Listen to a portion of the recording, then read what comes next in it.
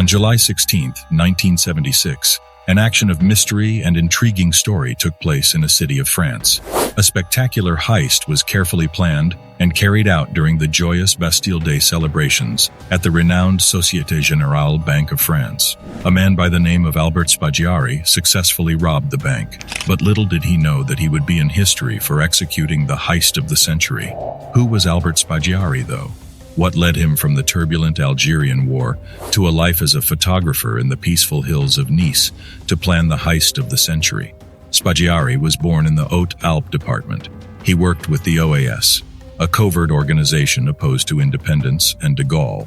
During the Algerian War, Spaggiari was imprisoned for his OAS activities, despite the fact that at the time he was probably more of a supporter than an active member. He was the owner of a photographic studio in Nice and resided in a neighborhood known as Les Bois Sauvages in the city's surrounding hills in 1976. But it appears that he quickly grew weary of his law-abiding middle-class life. Later stories about him made him famous. The bank is located in Nice, a city on the French Riviera and Mediterranean Sea coast. It was one of France's biggest and most significant institutions at the time. The bank was a supposedly indestructible vault protecting the wealth of the affluent privileged. Spaggiari didn't pass up the opportunity to take advantage of a vault that was hidden close to the city's sewers. But how did he and his crew, experienced Marseille criminals, manage to sneak past this stronghold unnoticed? Spaggiari began preparing his break-in when he learned that the Société Générale bank vault was close to the drains. He made the decision to enter the bank vault underneath by digging. There was no clear method to access the other walls because the entrance wall was so thick. As a result, the vault had no alarms because it was believed to be totally impenetrable.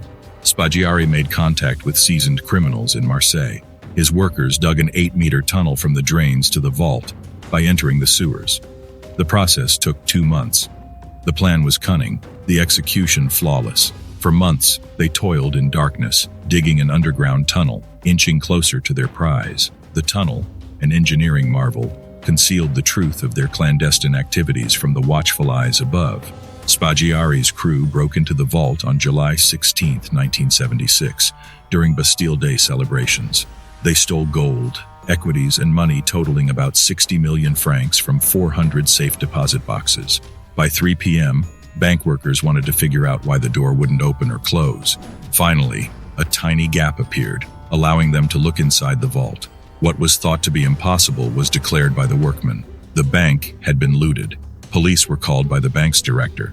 After hearing that one of the largest bank robberies in history was going to be investigated, the bank was quickly overrun by police, including every important officer in Nice.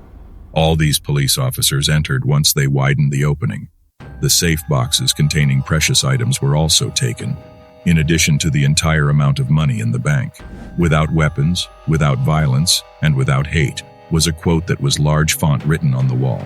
But why did they leave behind a cryptic message etched upon the walls of the vault? The issue at hand is how the criminals entered and exited the vault, which was plainly visible to the police who were present. The tools used by the burglars to enter the vault were left in the opening to a tunnel leading to the city's underground sewer system. Everything was left behind, demonstrating how large of an operation this was. Because there were 27 gas cylinders that were needed to feed blowtorches, ventilation equipment to deliver fresh air into the tunnel, and over a half-mile of electrical wiring, they had to plan this large job for months. According to some stories, Spaggiari served his men a meal of wine and pâté for dinner, before having them enjoy a picnic lunch within the vault, as they spent hours searching through the several safe deposit boxes. The French police at first had no idea what happened.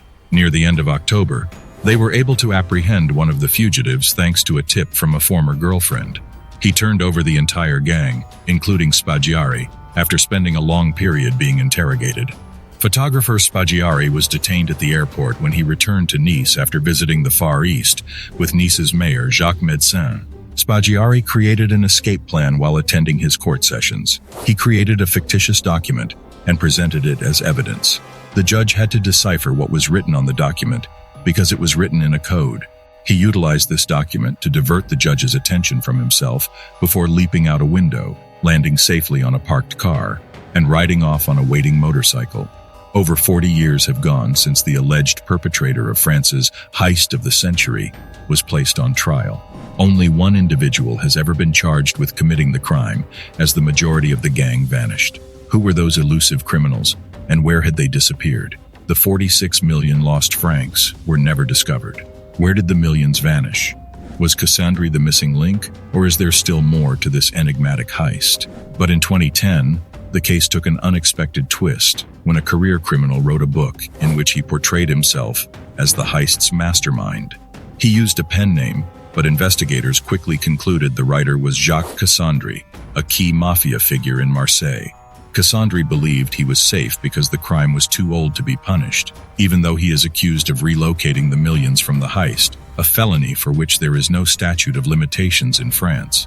The question still remains: who was the real mastermind behind the heist of the century? Was it Albert Spaggiari, or the novel-writing mafia figure Jacques Cassandre? If you liked the video, don't forget to like, comment, and subscribe to our channel. Thank you for being with us.